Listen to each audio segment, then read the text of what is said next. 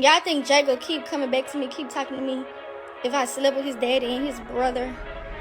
Jay's family will be dogging me out. His family is messy. Jaydayoungan's dad finally speaks out after sleeping with his son's baby mother. That accusation is the kind that splits a family open, and what it exposed runs through grief, money, loyalty, and a legacy that nobody has figured out how to protect yet. Kenyatta Scott Sr. had been publicly accused of crossing one of the most unimaginable lines a father can cross, and the silence that followed only gave the allegation more room to grow. The accusation did not come from a stranger. It came from his own family, and what came after made everything far more explosive than anyone could have anticipated. Stay with us, because the full story behind what was said, who said it, and why it was said tells you something important about what happens to a family when grief collides with accusation, and the whole thing plays out in front of the world.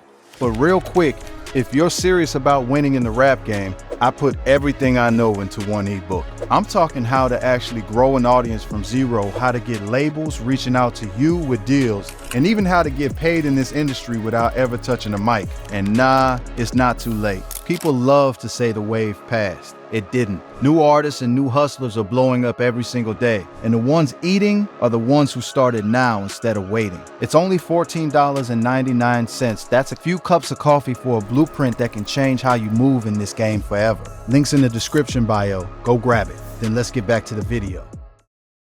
Yo, what's good, fam?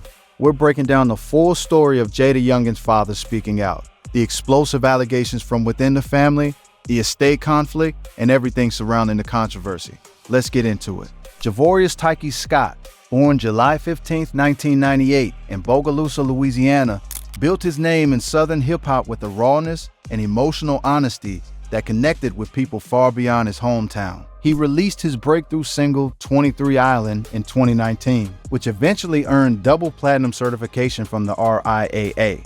He signed to Atlantic Records and built a genuine following through projects that mix trap energy with personal vulnerability. He named his debut studio album Baby 23, inspired by his firstborn son. His music carried the weight of someone who had seen real things and felt real loss, which is part of why his death hit his audience so personally. Jaydayoungan was 24 years old when he was killed on July 27, 2022, in Bogalusa, Louisiana, outside the home he shared with family. His father, Kenyatta Scott Sr., was sitting with him in the front yard when a black truck pulled up and multiple gunmen opened fire. Jaydayoungan was shot at least 8 times. He was transported to Our Lady of the Angels emergency room, where he was pronounced dead. Kenyatta Sr. was also shot during the attack and survived. Hey there, Katie. Javorius Scott, a rapper who goes by the stage name Jaydayoungan, was just 24 years old. In his very short music career, he was really able to make a name for himself, not just in his hometown here in Bogalusa, but also the music industry. He died last night after police say he was shot multiple times. He and another man, who family members say was his father, Kenyatta Scott Sr., were shot outside of a home on Superior Avenue. Now, Kenyatta was shot twice and injured. He's expected to be okay. He was taken to the hospital in stable condition. The murder remains unsolved as of 2025, with no arrest made in connection with the shooting. What Jay left behind was not just music. He left behind children. He left behind family members with different relationships to him, different memories of him, and different interests in how his name, his catalog, and his legacy would be managed after his death. He had a son, Jaydayoungan Scott, with his longtime girlfriend, Jordan B., with whom he had a deeply complicated relationship that had already played out publicly before his death. Jordan B. had accused Jay of physically abusing her while she was pregnant, allegations that became part of the public record of their relationship. Despite that history, Jordan remained connected to the Scott family as the mother of Jay's firstborn son, a child who carried Jay's bloodline and who would factor into any conversation about his legacy. Then there was Karina Von Shea, his girlfriend at the time of his death, who had suffered a stillbirth in June 2022, just weeks before Jay was killed, and who had her own relationship with the family and with his estate. And presiding over the family's grief was Letitia Scott, Jaydayoungan's mother, also referred to in some coverage as Letitia Jefferson, who had been vocal about her son's death, her beliefs about how it happened, and her feelings about the people in his life. Now let's talk about the allegation that exploded the situation. Letitia Scott publicly alleged that Jordan B. had slept with Kenyatta Scott Sr., Jay's own father. Let that sit for a moment. The accusation was not aimed at a stranger. It was aimed at the woman who was raising Jay's son, and it accused Jay's father of engaging in a sexual relationship with her. The claim went even further, raising public questions about whether the child Jordan had with Jay was actually Jay's biological child, or whether Kenyatta Sr. could be the father. These are the kinds of accusations that do not simply cause arguments. They fundamentally challenge the identity of a child, the integrity of a family, and the memory of a man who is no longer alive to respond. Now here's what matters to be clear about. The allegation that Jordan and Kenyatta Sr. had a sexual relationship is a claim that was made publicly by Letitia. It is not an established fact. Both Jordan B. and Kenyatta Scott Sr. denied it. The paternity questions raised online are not based on DNA testing or any court determination. They are allegations that emerged from a family dispute and spread across social media where they were treated as established truth. The difference between what was claimed and what has been proven is enormous, and that difference matters for how the story should be understood. But here's where it gets real. When Letitia made that allegation publicly, the internet did not treat it as a claim.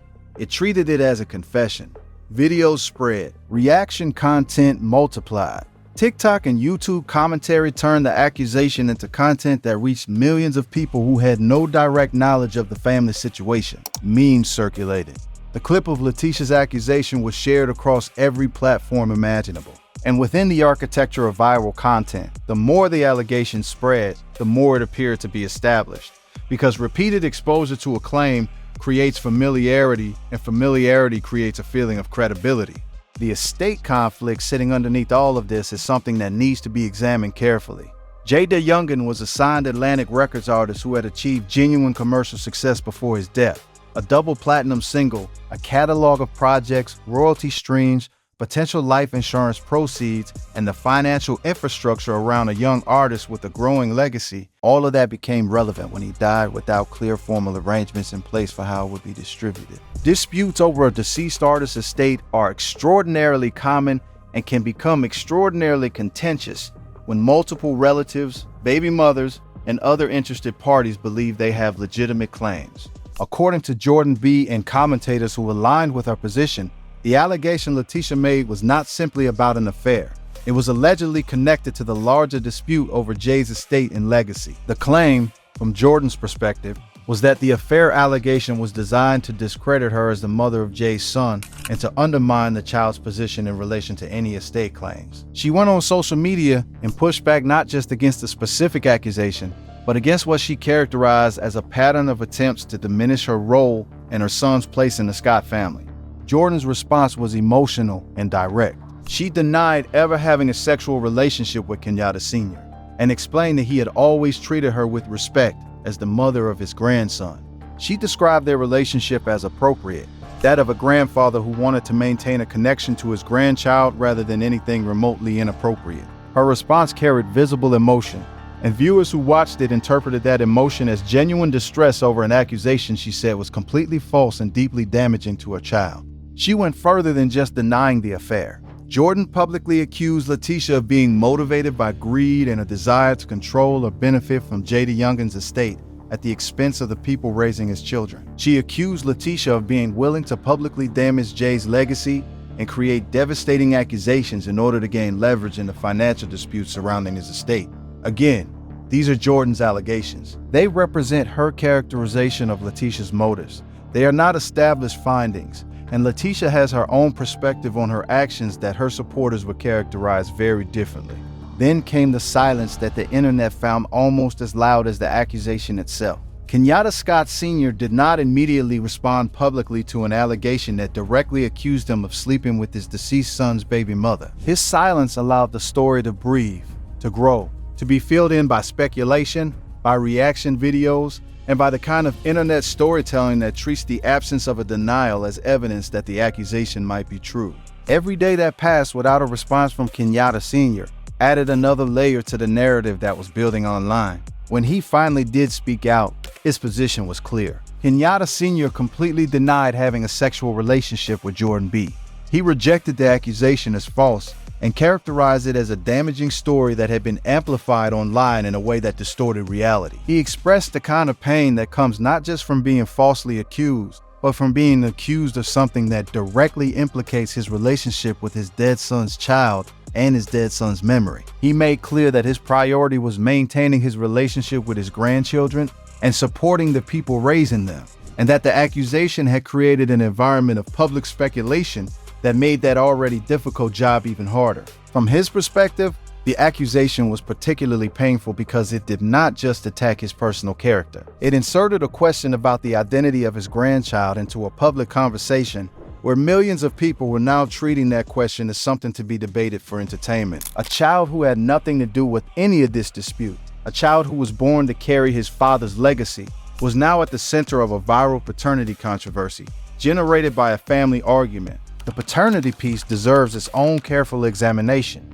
When questions about whether a child is actually the biological child of the person they believe is their parent become part of a public social media dispute, the damage can be profound and lasting. A child growing up has to eventually confront the public record of what was said about their origin. They have to encounter the videos, the comments, the memes, the reaction content. They did not choose any of this. They had no say in whether their family's private conflict became public entertainment. And the reality is that no social media allegation, no matter how widely shared, is a substitute for actual DNA evidence or a court determination. Until such evidence exists, the paternity claims remain allegations made during a family dispute, not established biological fact. The family dynamics surrounding Jaydayoungan's death had already been complicated before this latest controversy. Jordan B. had previously spoken out about Jay selling his assets after his death, claiming that family members had disposed of items connected to Jay in ways she felt were inappropriate. The online war between Jordan and Karina had played out across social media for months after Jay's death, with both women exchanging insults and airing grievances that gave onlookers a front row seat to a grief that had never been processed privately. The public nature of those earlier conflicts meant that when Letitia's accusation dropped, it landed in an already combustible environment where every new piece of information was immediately absorbed into existing narratives and loyalties.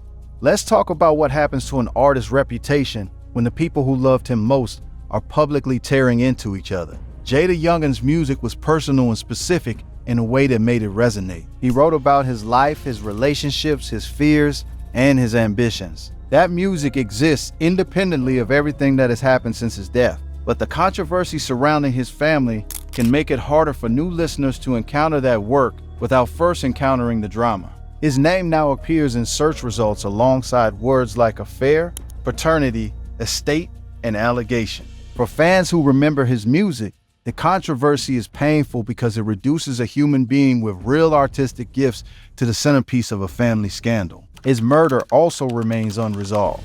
While his family and social media audiences have been consuming the drama surrounding the affair allegation and estate dispute, the question of who killed Jaydayoungan and why has received considerably less sustained attention. His mother previously expressed her belief that the shooting was a setup, though she acknowledged she did not have evidence to support that theory. No arrests have been made. No one has been charged. The case remains open, and Jaydayoungan's children are growing up in a world where neither justice for their father nor clarity about their own family situation has been established. Now let me break down the three competing perspectives clearly, because the public conversation has had a tendency to collapse them into a simple narrative that does not fully reflect what is actually known. Letitia made a public accusation claiming that Jordan B. had a sexual relationship with Kenyatta Scott Sr., and raising questions about paternity. From her position, she may have believed this accusation was true and felt compelled to make it public for reasons that have not been fully explained to the public in a way that definitively establishes her motivation. Jordan B. denied the affair completely and accused Letitia of making the allegation as part of a strategy connected to the estate dispute. She positioned herself as a grieving mother, defending not just her own reputation, but the dignity and identity of her son. Kenyatta Scott Sr. denied the affair and said his focus was on his relationship with his grandchildren and the people raising them. But he went further than simply denying the accusation.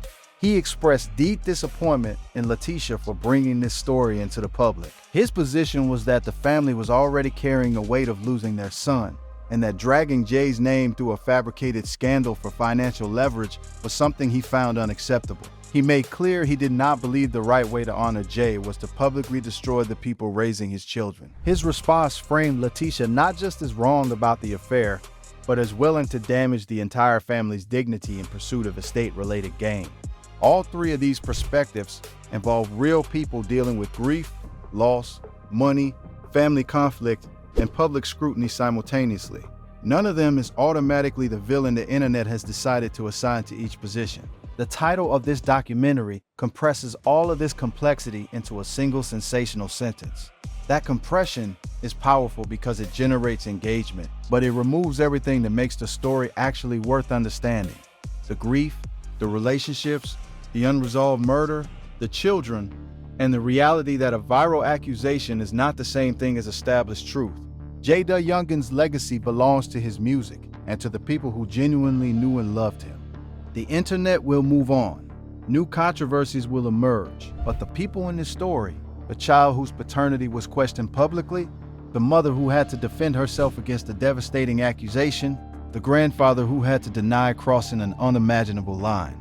They do not get to scroll past it. They have to live with what was said, and they have to do that while still grieving a loss that nobody in the comments section had to carry home with them. Drop your thoughts in the comments below on how you think this family situation should have been handled, and tap the video on screen for more.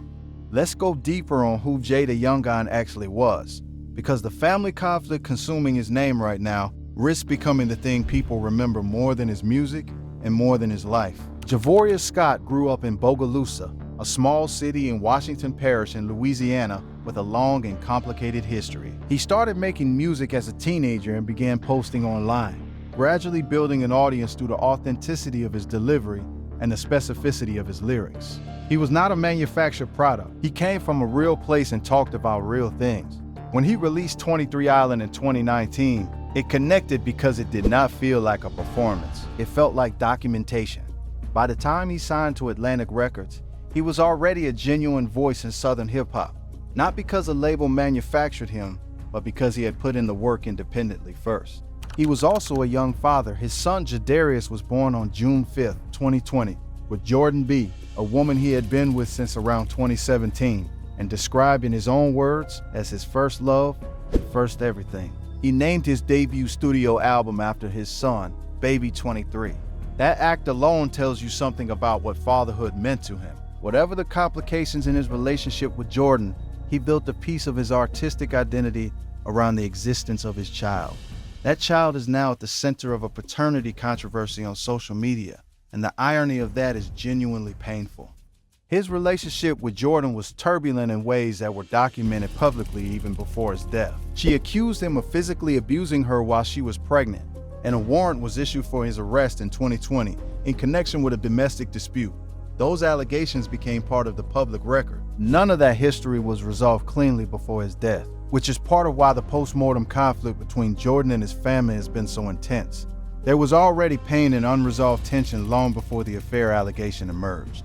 Now let's talk about the role of social media in amplifying all of this, because the platforms where this drama has played out are not neutral spaces. They are environments designed to maximize engagement, and engagement is typically maximized by the most emotionally extreme content available. A paternity allegation involving a dead rapper, his baby mother, and his own father is one of the most emotionally extreme family stories imaginable.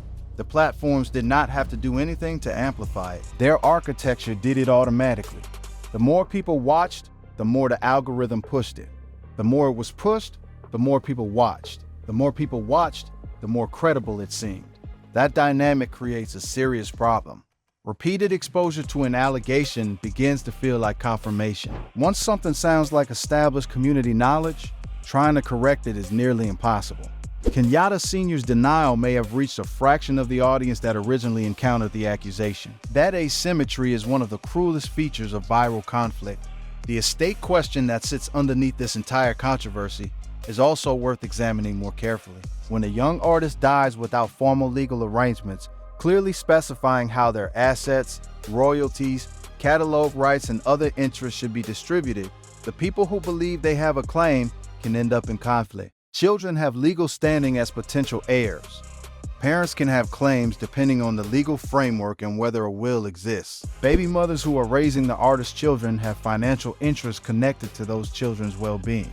All of these interests can pull in different directions simultaneously, Jordan B. had previously spoken out about the Scott family selling Jay's assets after his death, suggesting that items connected to him were being disposed of in ways she felt were inappropriate or without proper consideration for his son's interests. That earlier dispute established a pattern of tension between Jordan and the family over questions of legacy and money that predates the affair allegation by months. Understanding that context does not tell us who is telling the truth about the affair accusation, but it does tell us that the affair allegation did not emerge in a vacuum. It emerged in the middle of an already active conflict over Jay's legacy, which means the motivations behind making it public are inherently complicated.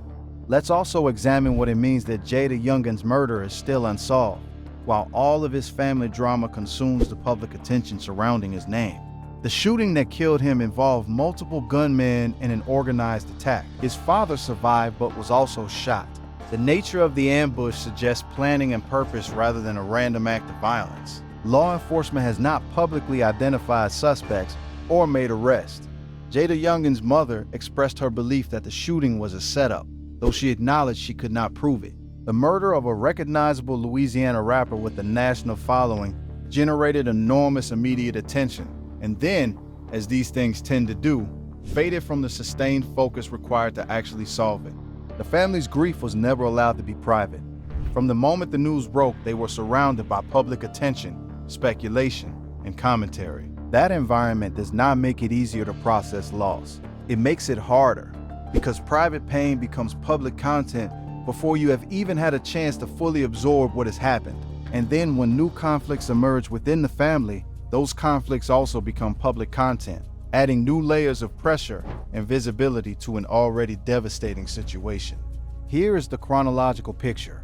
Jaydayoungan builds a genuine rap career from Bogalusa, Louisiana, reaches double platinum success, becomes a father, has a complicated relationship history, and is killed at 24 in an ambush outside his family home in July 2022. His estate becomes a point of tension. Jordan B. raises his son while publicly clashing with other family members. The murder remains unsolved. Then, within the ongoing family conflict, Letitia Scott publicly accuses Jordan B. of having slept with Kenyatta Scott Sr. and raises questions about paternity. The accusation explodes online and becomes its own viral controversy. Jordan denies it and accuses Letitia of being motivated by estate-related greed. Kenyatta Sr. stays silent while the internet speculates. Eventually, he speaks out and denies the accusation directly. The story continues generating content, and Jay's children grow up in the middle of all of it. That is the full picture. Not a simple story about a father who betrayed his son. Not a confirmed affair. Not an established paternity controversy. A family dealing with grief, money, competing claims, social media pressure, and an unresolved murder, all of which has become content for an audience that does not have to live with any of the consequences of consuming it. What remains true, regardless of how the family dispute resolves, is that Jaydayoungan made music that resonated with real people and died before he had the chance to become who he was still becoming. His son Jadarius will grow up with a father who named an album after him and who died when Jadarius was barely 2 years old. Whatever the public ultimately decides about the allegations surrounding this family, that child did not choose any of it. He did not choose the controversy. He did not choose the viral headlines. He did not choose to be the center of a paternity debate that played out on platforms before he was old enough to understand what a platform was. The least the public can do is hold that reality alongside the entertainment and remember that on the other side of every viral family controversy is an actual family that has to keep waking up and living in the world the controversy created.